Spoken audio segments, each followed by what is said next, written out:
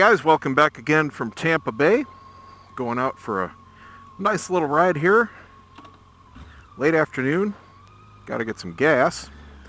A lot of cool stuff going on. You can definitely tell it's winter though, because my motovlog subscriptions have dropped off to just about nothing. I think the combination of the holidays and winter for most folks mean, well, they're not making videos. That's okay, it happens. But this time of the year is great for tech. We've got some big shows coming up, and the official release of Kaby Lake. Kaby Lake? Kaby Lake? I've heard it both ways. I prefer Kaby Lake. The new architecture generation from Intel was officially released. The benchmarks and the goodies have been known for a couple weeks now, but the embargo has been lifted on all press, so everybody and their mother has gotten out pretty much the same reviews and comparisons the last few days. What a huge disappointment. I am neither an Intel nor AMD fanboy. I've had, well, pretty much just as many systems of one as the other throughout the decades. My last two systems have been Intel. Whatever's the best, I get it. You know, I follow the performance. Not really concerned about value, but usually they tend to follow each other. But I had a couple AMDs. It's been over 10 years, but I had them before that, and I flip-flopped a couple times. Was trying to let that guy through, but he didn't want to get next to me there. Got a little scared. That's okay. So Kaby Lake, yeah, huge disappointment. Basically, too long didn't read. It's Skylake with about 5% more performance. Just a little bit higher stock clock speed and a little bit more overclock potential. I'm talking 0.1 gigahertz. Nobody in their right mind would ever say they're going to notice that.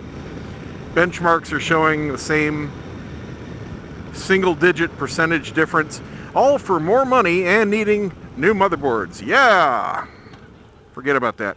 Nobody, probably in the last 2 generations, is going to be upgrading. Certainly not from Skylake. So that's fine with me. I'll keep what I got. I love it.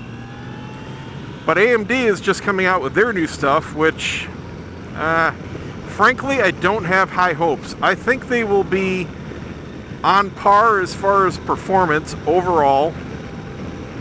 But the thing is, unless they're better, they can't command the same kind of price range. So because it's an all new architecture for AMD, it's really expensive for them right now. Intel, they've had it cheap and easy for years.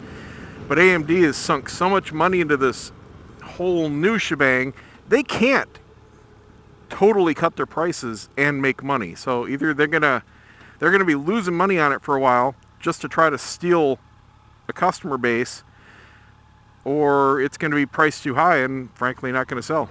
We'll see. So a big cool thing I've got going on, I decided, you know what? I want to drop some more weight, and hey, might as well have some fun with it while I'm doing it. So I set up a weight loss challenge on one of my other channels on Cigar Obsession, and if anyone wants to join, I'll put the link to the video in the description here so you can see all about it and join up by this Sunday if you want to do so.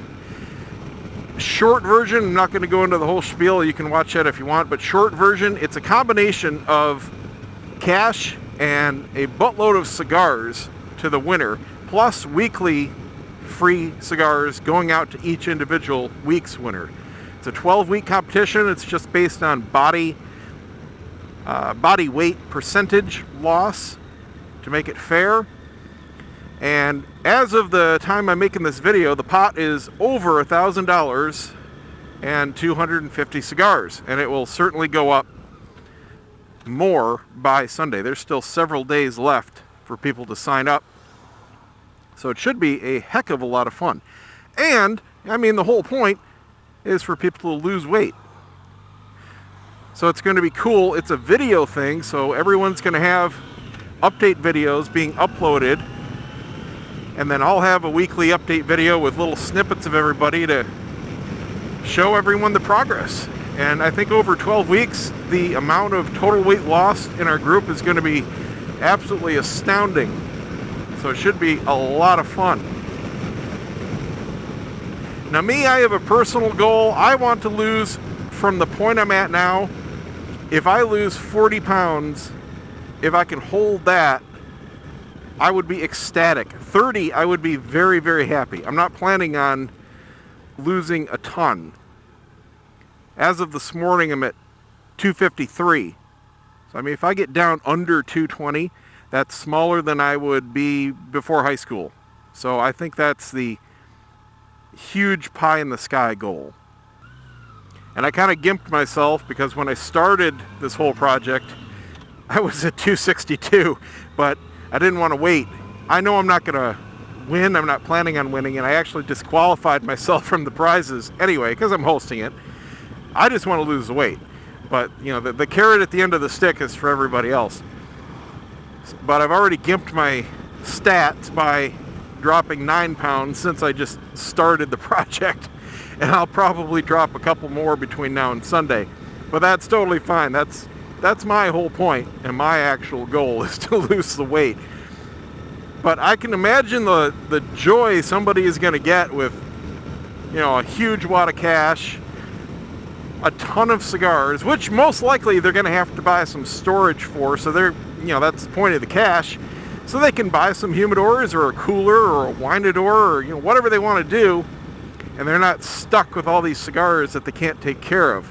I learned that lesson doing some other contests where I gave people just, you know, an incredible amount of cigars and they had no place to put them. It's a real thing. I mean, it's a good problem to have. Time to get some gas here. Sam's has not been having the greatest prices on gas. $2.34. That is, I think, a couple pennies more than 7-Eleven down the street right now. I'm going to go back that way, so we'll see. But man, I miss the days when they were 10 cents lower. They do not have the buying power that they used to when we joined Sam's Club. That's for sure. I pretty much just get it here for the convenience because they have a lot of pumps and they're open and it's easy to pull in and out of. Not for the prices anymore. Man, I'll tell you what, I've said this before in my videos, but when you're at a light, especially first at a light, number one, get to the sides. Don't sit in the middle of the lane, but watch your mirrors. Watch the person that is going to be stopping behind you. Guy in our local riding group here just got tagged this afternoon. He was out, he was following his girlfriend, she was in a car, he was behind her at a light, chick behind him was on her phone, she thought the light turned green, plowed right into him. Just dumb. So until that car behind you is stopped, and man, if traffic starts creeping up at a light like so many morons do, I have no idea why they do that. Watch yourself. That's all I'm saying. So seeing this traffic here, and this isn't even super heavy. We're not quite to rush hour yet. It's only 4:30. Just reminds me, you know, I hope everyone watching this is having a safe riding season. I think most of you probably are because the bike's up for the winter. But around here, it has been accident after accident after death after death, especially the last week for the holidays. It's absolutely freaking nuts. Come on, truck. There you go. I like it when they slow down early. So lots of cars turning left in front of a bike. Got to watch for that. If I see a car sticking out at a side street and I'm going down, you bet your ass my eyes are looking at that car, looking at the person's head, seeing where they're looking. If they're looking down at a radio or their phone and I'm coming up on them, I am preparing for them to come out in front of me. You just have to. If you ride like you're oblivious, you're going to get hurt. Not saying it's your fault, but you have to do what you have to do to protect yourself. So the reason I mentioned this traffic, there's one particular case. Last week, this dumbass kid, another of our local riding group guys, was arrested on this road, in this traffic, during the day, in holiday rush hour, for doing 120. And this is very common on this road, day and night. This is like the main strip for kids to race through traffic, right? So he gets arrested. Cops post a picture of the bike, you know, big hubbub, a week ago. yesterday did the same thing. Luck ran out. Luckily, he was the only dumbass that died. Plowed into somebody else. They'll never learn. So, of course, in the local riding group, discussions start off with rest in peace, riding the big highway in the sky, all that bullshit. And then somebody says, you know, when are we going to learn? We're losing people by the handful every single week around here. We got to slow down. We got to knock it off. We got to wise up. We got to be more mature, blah, blah, blah, blah, blah. And then very quickly the discussion turns into, oh, ride your own ride, you know, so what if he didn't have gear, he didn't have a helmet, so what if he wants to race, it's his bike, let him do what he wants, it's his life, he doesn't need insurance, you know, blah, blah. And then the people that get attacked, and then already this morning, just the same old posts of, you know, I raced so-and-so last night on the Courtney Campbell Causeway, you guys can't keep up, hey, who's going to ride tonight? We're going out, do some racing in Mexico. They're just morons. Absolute fucking morons. There's no other explanation. And they do this every single week. There's no end. There's nothing you can say or do that makes any difference. Nothing. Oh well, you can lead a horse to water. Ooh, green light. I never catch this one. That's awesome. Alright guys, well that's it for today. Don't do it. Don't do it. What a dick. He saw me too. Thanks for watching. Don't forget to subscribe. We'll see you next time.